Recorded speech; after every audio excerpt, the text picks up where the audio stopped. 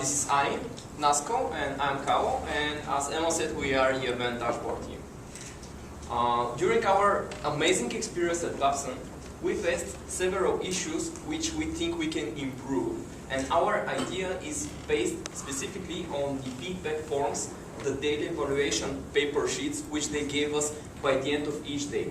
So at Babson, on all courses, they do the same thing. By the end of the day, they use paper-based feedback for evaluating the whole day. What we found out is that there is an event assistant who spends approximately 2 hours each day for our group to mainly fill the paper-based feedback forms into a digital system, which is basically a mainstream process and creates a double work. Dividing by the 30 people, we found out that she spends 4 minutes per person for completing the feedback form, not mentioning that sometimes she cannot read the comments because of our handwriting.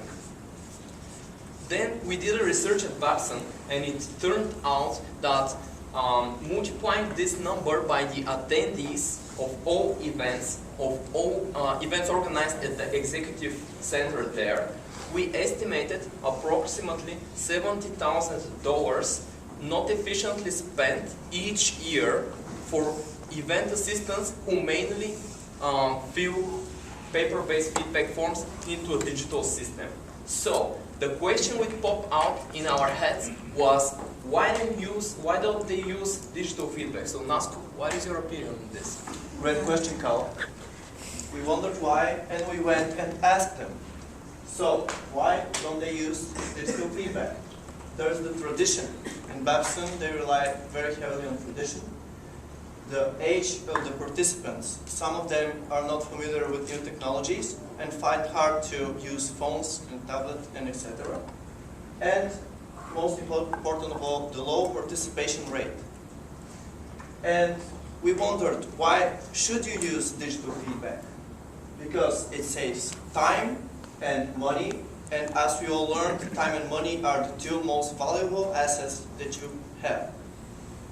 It also reduces the human error, and it reads every handwriting. We are Event Dashboard. We digitalize feedback and make it fun. So, by the end of the day, nobody wants to fill a lot of questions, nobody wants to respond to a lot of questions. That's why we consider that there is another way, a creative user interface, which they can use and very easily, with the touch of their fingertips, adjust the balance between the presentations and the content presented.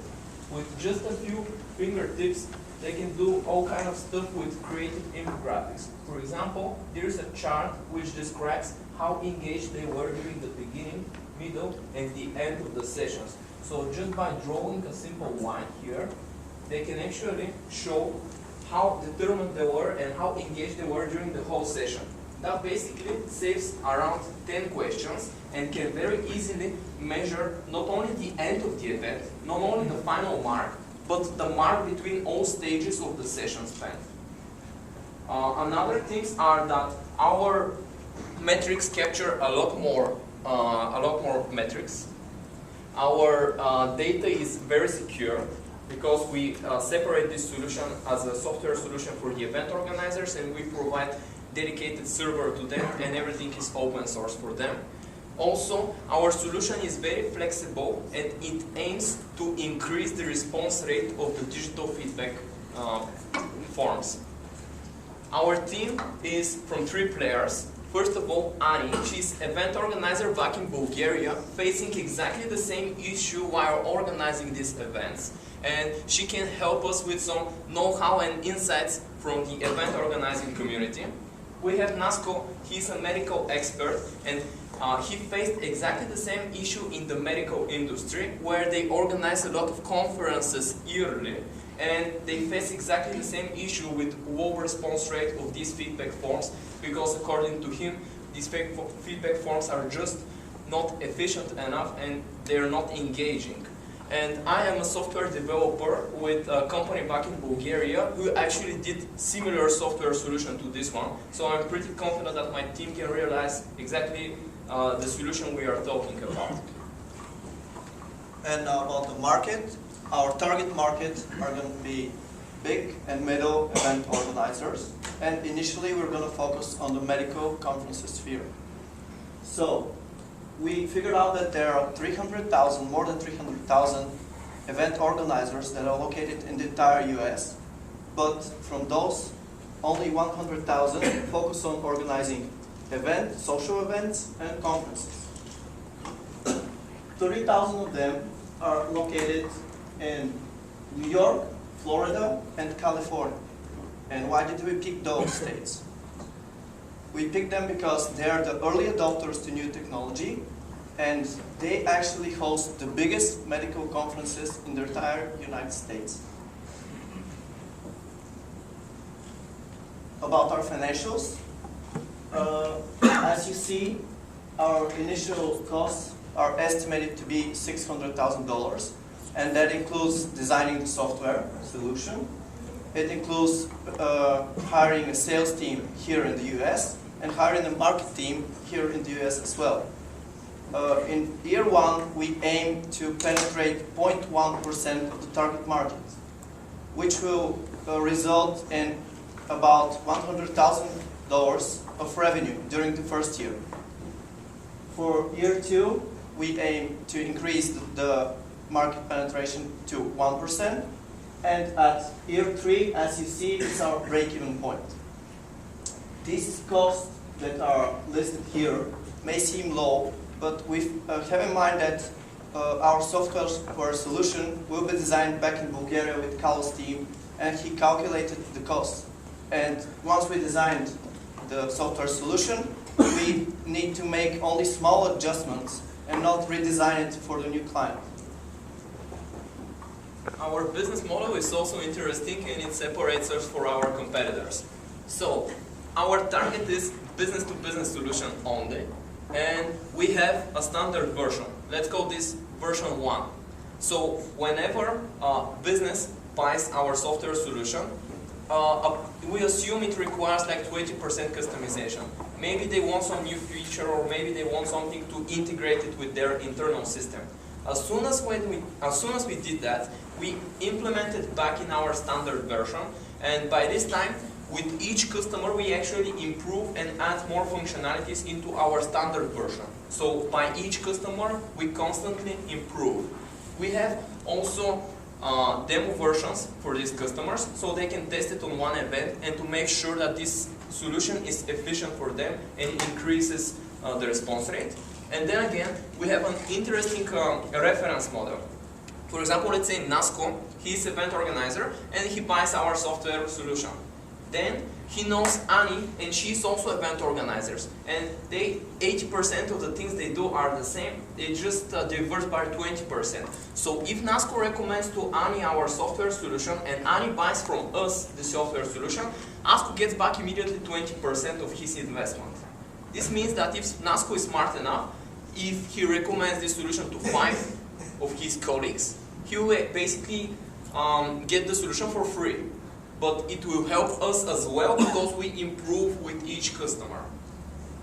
And our revenue stream is based on 3 main components. First of all, license fee, which is $3,000.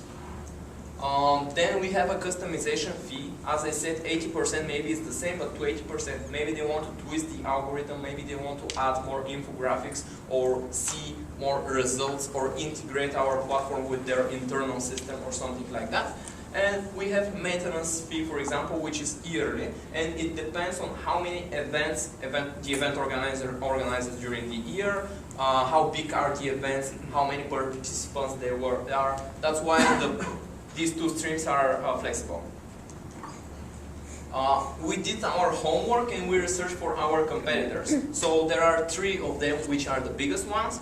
SurveyMonkey is the leader in this survey community. The evaluation is estimated to $1 billion, and the interesting thing about them is that they actually acquired all of their main competitors during the past years.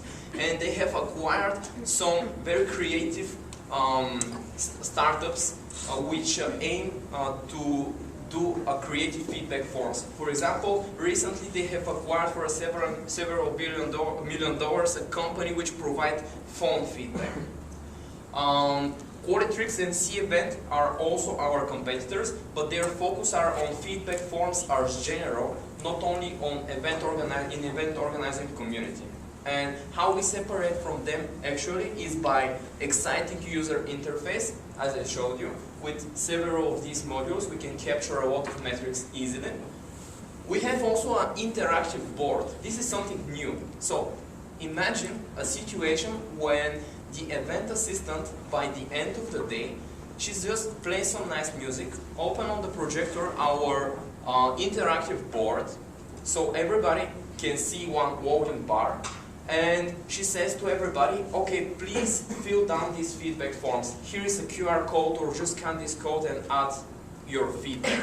And everybody in this interactive board can see how many people entered the feedback form, how many people are currently filling the feedback form, and how many people have completed the feedback form. And this creates like a goal, a community goal for all of us to reach 100% of the projector. Otherwise, they just won't leave the room. So by this technique, we can increase the response level approximately to 100%. And again, our data policy, dedicating a server to the customer, open source solution. If they have an IT team, they can take a look at our code and make sure, for example, for the medical conferences, this is a huge deal, the safety of the data and who will read this data. And that's why we emphasize on the data safety as well. We have several milestones ahead. First of all, completing our prototype. You see our early draft here on my mobile phone, but we need additional $3,000 to complete the prototype so it can be easily presentable to event organizers. Then we need another $50,000 in order to complete the whole software solution. Let's call it version 1. And for this amount of money, we can complete the solution so it can be easy. It can be implemented in our first customer. Expanding market industry is our next target, approximately within a year or two, and it will require a $300,000 investment, which will cover our increasingly sales costs, and which can help us reach more states. And in the future, we plan to raise $1 million in order to expand our market size in the United States. Once again, we are Event Dashboard. I'm Nasko, this is Kalo, this is Annie. Thank you.